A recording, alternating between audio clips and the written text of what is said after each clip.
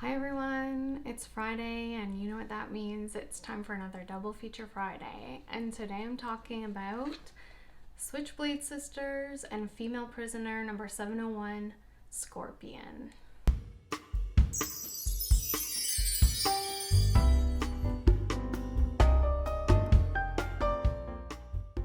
So two exploitation films.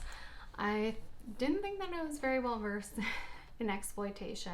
Actually, I think before today, didn't really know maybe what exploitation film was.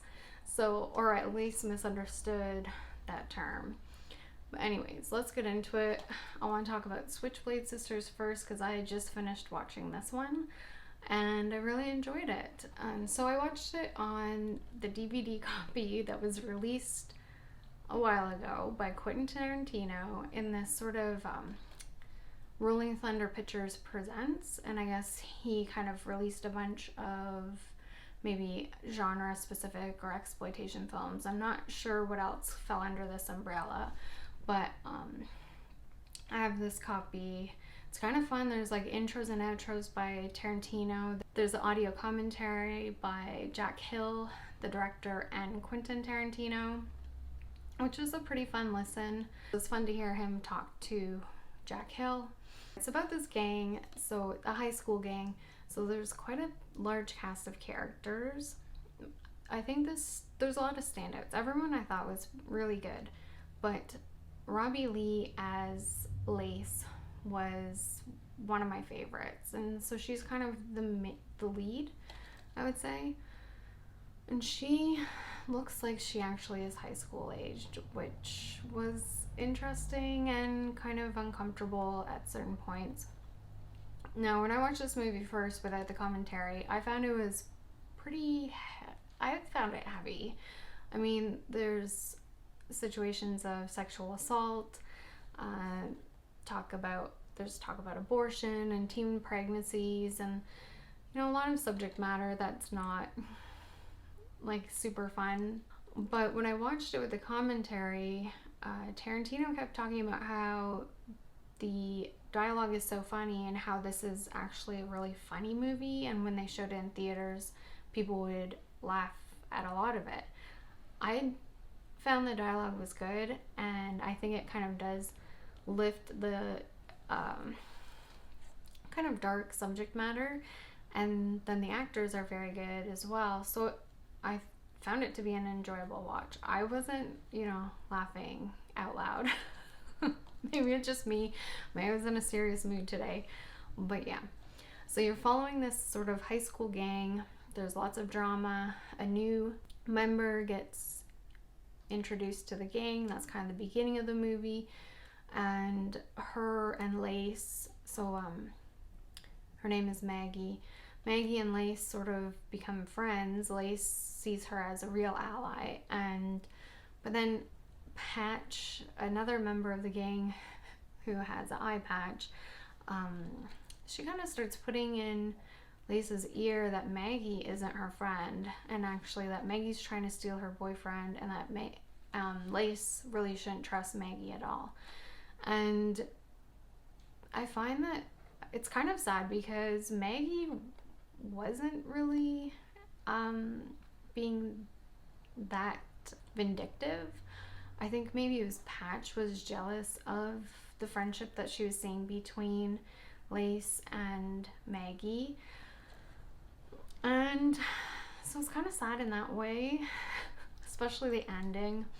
I don't want to give it away, but I mean, I think this is worth a watch. I really enjoyed it. It's kind of like a high school drama. There's some gang like warfare.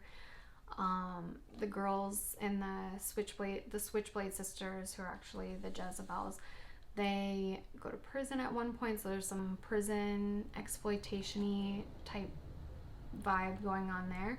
So this film was released in 1975 originally, and it was titled The Jezebels, but I guess it didn't test well under that title, so they changed the... Alright, I keep getting cut off. So they changed the title of the film to The Switchblade Sisters, which I think is a more fun and maybe more appropriate title.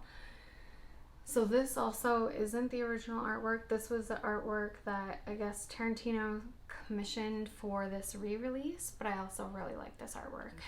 This is a great movie. I'd say check it out. It's a 4.5 out of 5 for me. And then the next film I wanted to talk about was Female Prisoner 701 Scorpion.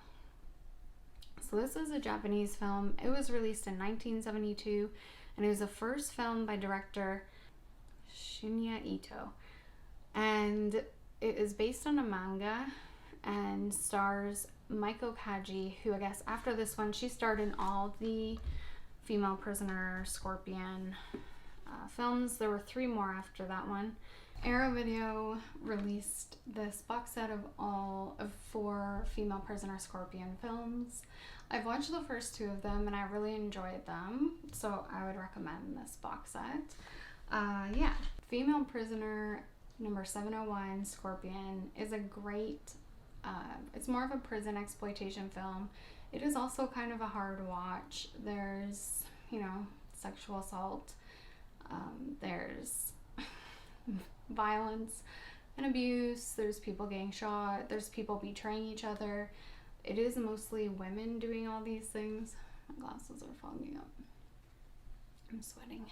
Maiko Kaji as the lead character of Scorpion is amazing in this film, and I say it's worth getting and watching for her performance. Some of the subject matter is tough, but is exploitation. I think it's kind of what you'd expect. I found overall this was a really good film. Now, I would say both of them, they are kind of fun watch, but also, like I said, kind of heavy subject matter. I do like a good revenge film, especially female revenge film, and I think that especially this movie, Female Prisoner, really feels that for me. Switchblade Sisters isn't so much a revenge, it's more of like you're following this group of friends and kind of getting attached to the characters. I thought they're, for the most part, really likable, and I really enjoyed spending time with them. This one, I would say, is less about that. There is a nice friendship between Scorpion and another character. There are some bonds, but I wouldn't say it's like a hang out with your friends feeling type of film. It is kind of a dark, dirty, you're in prison, you're wishing you were dead, but now you're gonna break free because your hatred of your ex-boyfriend is enough to drive you forward, even if you're lying chained in solitary confinement. I would check them both out. I think that they're both really good watches. If I didn't already say this, Switchblade Sisters was also just released on Blu-ray and 4K by Arrow Video as well. I obviously didn't get a copy of it. I watched it on DVD and it was still super enjoyable. And Female Scorpion, Maiko Kaji is like the coolest looking person. I talked about this when I unboxed this box set as well. I think it's worth it for her performance. I love her performance in this film. And yeah, I'd say check it out. So that's all for me this week. Bye for now.